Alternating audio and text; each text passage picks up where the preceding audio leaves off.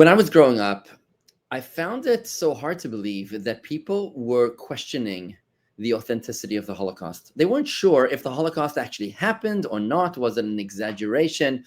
It didn't make any sense. But after October 7th, immediately after October 7th, the doubts have been cast about whether or not Hamas committed war crimes, crimes against humanity in their torture, abuse, and murder of men, women, and children in Israel's villages in the south of Israel. Well, let's put that to rest here with the British Middle East expert Andrew Fox talking about his personal experiences, what he saw, what he heard inside of Gaza. Take a listen. Completely absent from this conversation is the imagery from 7th of October, of course, which is by some measure far worse than anything that's happened in Gaza.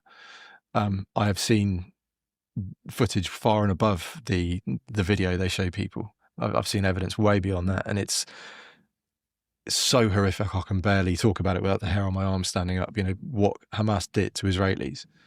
Worse than I saw the 47-minute video. Yeah, it's the most horrible thing I've seen in my life. So if you see the sexual assault evidence on top of that, it's shocking.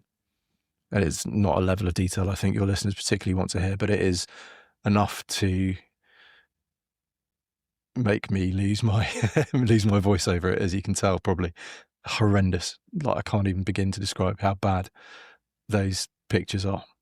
On that, the Times of London just reported that indeed there's new evidence and testimonies describing the sexual assault carried out by Hamas on October 7th. This has been weirdly a sticking point with the anti-Israel crew. Even the ones who might have accepted the footage they have seen will not accept that there was any sexual and I'm sure people listening can know the sort of lefty firebrands that I'm talking about, who will say, no, there was no sexual, there was no rape on October 7th. But you're saying that absolutely there was the case. Yeah, I'm quite tired of being gaslit. I know what I've seen, and I know what the evidence I've seen is, and it's beyond question.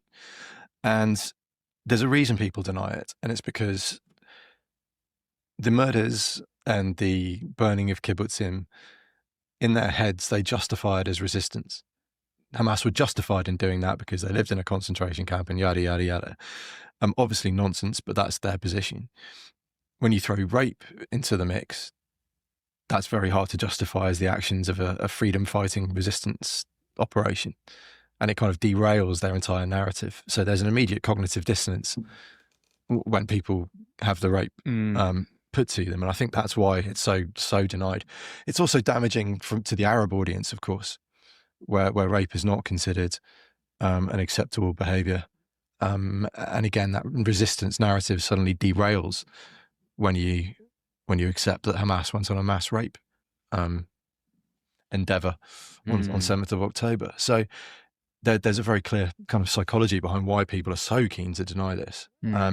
And you can see when you mention it online, immediately the bot swarm descends upon you. Yeah. It's the one thing that triggers them off every single time. You can guarantee your mentions will be full of denial of this stuff. But, you know, it wasn't just rape. It was mutilation and just absolutely unspeakable ways to treat a human body, quite frankly. And this new reports, it's, you know, some of the evidence they talk about in this is stuff I've seen. And, you know, people go, why haven't they released it? Well, when in any rape in the West ever do we release the evidence? You know, the victims have a right to privacy. They have a right to not have their worst moments released to the world for people to mock and say that it's faked and deny that what happened to them happened to them. Of course, you know, it's this double standard that gets applied to Israel.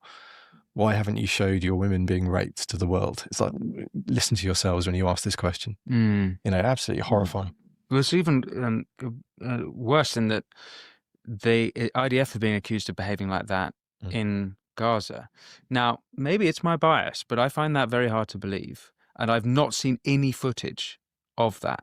I've not seen any, and there's some footage you might find of sort of IDF sort of standing in a circle trying to hide something that's going on. In prison, yeah. What was that? It was at the prison. It's the detention facility inside Israel itself. There's a video where essentially the guys put their shields up and you see a prisoner getting forced against the wall. But again, there's no evidence of rape there. The soldiers involved who were arrested weren't charged with rape.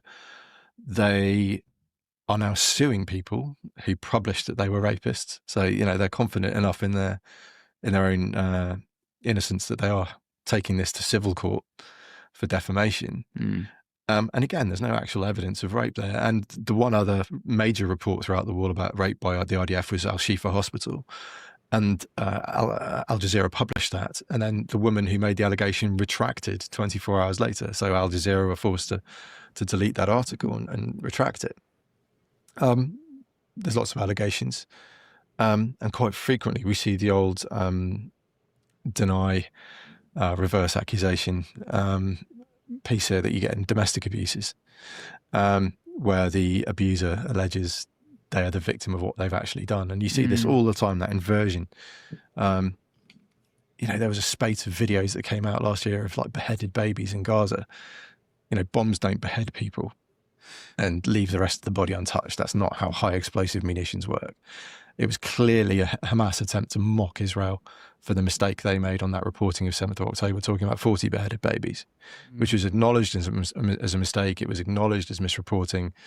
You know, the IDF never claimed it, but Hamas saw an opportunity to mock Israel for that. And yeah, it's a pattern that you've seen time and time again throughout this conflict. Just gut-wrenching to listen to this testimony of the kind of atrocities that are occurring as we speak. We still have 50 hostages being held as a war crime, innocent civilians being held under the dungeons of Gaza. And what's the world doing about it, other than condemning Israel?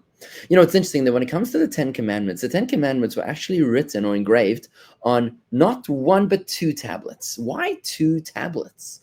Why was it necessary to have 2 tablets? And the reason is very, very meaningful and surprisingly relevant to our modern times today, 3,250 years after the tablets were given on Mount Sinai. You see, the 2 tablets had 2 sets of commandments. The first 5 were religious commandments, and the second 5 were social commandments. The first 5, like honoring God and not violating the Shabbos, the Sabbath, that's religious commandments. And then do not murder, do not steal, do not be jealous. Those are the social commandments. We have two tablets. But what's really interesting about it is that when you see that the 10 commandments are 2 tablets against each other, you read commandment number 1 runs straight into commandment number 6. And what is commandment number 1 and number 6? Number 1 is I am God, your God, that there's only one God. Commandment number 6, which runs straight into it, is do not murder. In the history of the world, there's been 2 groups that have tried to separate these 2 commandments from each other. You see, the radical left tries to delete the first commandment. It's unnecessary to believe in one God. It's no longer cool. It's no longer relevant. It's no longer important to believe in a creator. That's only for the backward Middle Ages. But for us sophisticated modern civilizations, we don't need to believe in God. We can make our own morals. The radical left ends up marching in favor of Hamas, just like this testimony. They march in favor of such atrocities that abuse men, women, and children, crimes against women, crimes against children, crimes against men. This comes from the radical left, college campus protests, who are atheists. They don't believe in God. They've tried to divorce commandment number 1, and they figure we're going to deal with do not murder on our own. And this is what it ends up with. On the flip side, you've got radical Islam, militant jihadi Islam, which is very fully focused on commandment number 1 about the belief in one God. Allah Akbar, they shout. God is great. And in the name of God being great, they torture, abuse, maim other human beings. They bastardize the word martyr. Martyr used to mean somebody who died for what they believe in. Somebody who has the courage of their convictions. That's what martyr used to mean. But they've bastardized the word to mean somebody who murders others because of their own beliefs. They're so obsessed with belief in one God that they no longer care about the 6th commandment, do not murder. This is why we have 10 commandments on 2 tablets, to remind us that you need to have a balance. The only way that we human beings are able to observe the 6th commandment of do not murder is only if we believe in the 1st commandment, which is the belief in one God. Here in the great United States of America, we believe that all men were endowed by their Creator with certain inalienable rights, including life, liberty, and the pursuit of happiness. That no man is greater than any other man, and every single human being is created in the image of God, with the dignity of purpose and the right to exist. This is what happens when we separate the tablets from each other. When we pick one set of tablets over the other set of tablets. To be a Jew, to be a believer, is to be balanced. To have 10 commandments on 2 different tablets, reminding us of the unbreakable connection between the 6th commandment, do not murder, and the 1st commandment, the belief in one God. To have one without the other is simply unsustainable. History has proven it. The only way forward is for us to have the courage of our convictions, to believe in one God, to see the godliness in every single human being. And it's then and only then that we will be able to bestow that dignity upon every single person, Jews and Arabs alike. Will be able to live with dignity, not being afraid of being attacked, of being massacred, of being brutalized. May we indeed have the courage of our convictions, the courage to stand up to our families, to our friends, and to ourselves, and to say, yes, I believe in the Master of the universe, because it's irrational to say that there is no God. It is irrational to say that this world somehow self-created. There's no such thing as something which self-created. Every effect scientifically must have a cause. God is the prior cause of all. Call it God, call it the original energy, call it whatever you want. But to reject the belief in a primary motivator, a primary cause of all of existence, is simply unscientific. And as we see tragically after October 7th, the rejection of God is the collapse of society as well. May we merit to build a brighter world, and may our best days indeed be ahead of us. Amen.